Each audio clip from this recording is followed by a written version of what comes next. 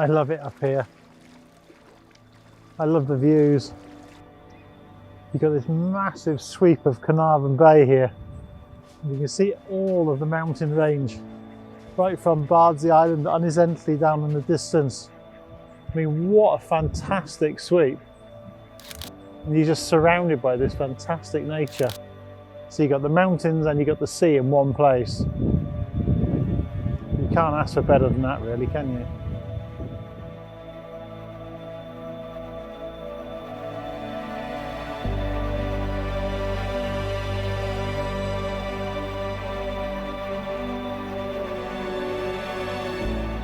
I'm hoping there'll be some sort of normality coming back into my working life, so that I'm not just taking pictures, but I'm actually able to meet my customers as well, which is really one of the best parts of it all, really.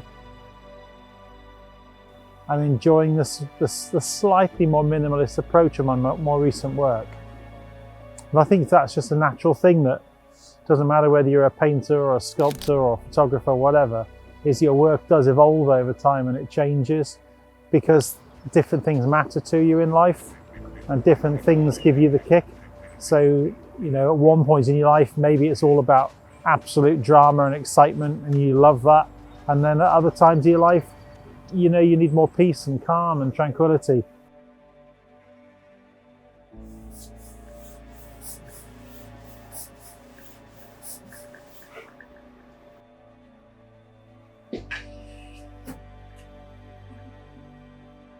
The first lockdown it became more manageable than I thought it would, business-wise and economically. But in terms of my mental need for space and landscape and big open spaces, I was starting to struggle by lockdown 1. It was okay because I was able to come into work and everything felt quite normal in work. Obviously, I wasn't able to do any other sorts of jobs because there was no, you weren't allowed contact with other people. So I wasn't able to do any portrait jobs and so on and so forth. But at least being a gallery selling prints, it was something that I could actually continue through lockdown. People were contacting me, they were still keeping in touch.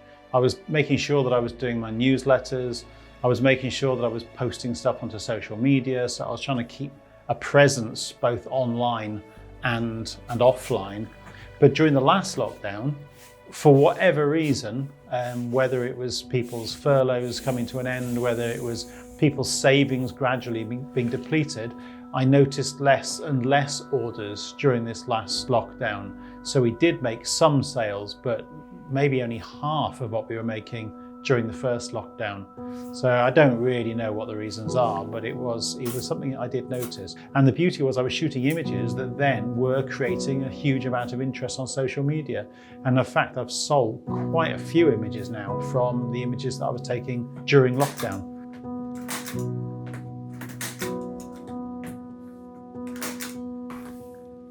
There was just a sort of sense that we've survived it. And the bits of money that I had in from the council, the bits and pieces of money that I had coming in from web orders and telephone orders and so on, had kept me alive, basically. I had survived it.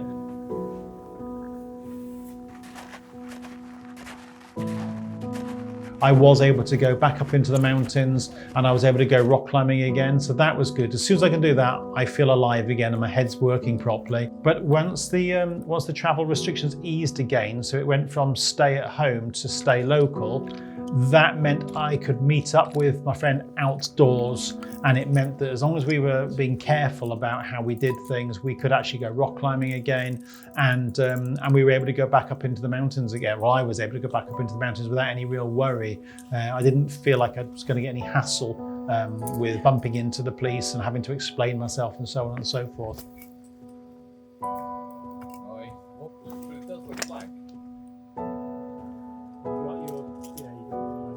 I've just got back into rock climbing this last 3 or 4 years and I'm absolutely loving it again. I feel almost more confident than I was when I was younger. I'm not climbing the same hard grades that I was when I was younger, and I've had to recognize that strength-wise, you know, at my age, I'm 56, I'm not the 20-year-old that I was when I started climbing, so injuries happen more often and it takes longer to heal from them. But the buzz about being on the rock and the buzz about, being high above your gear and not falling and, pushing yourself to higher technical limits, that buzz is still there. For most part, throughout the whole of the lockdown, I was able to get up into the mountains and I was able to get out onto the coast pretty much whenever I wanted and to enjoy the landscape for what it was without anybody around. And that's something I possibly will never experience again in my lifetime. And therefore I'm extremely grateful for that. It's a rare opportunity.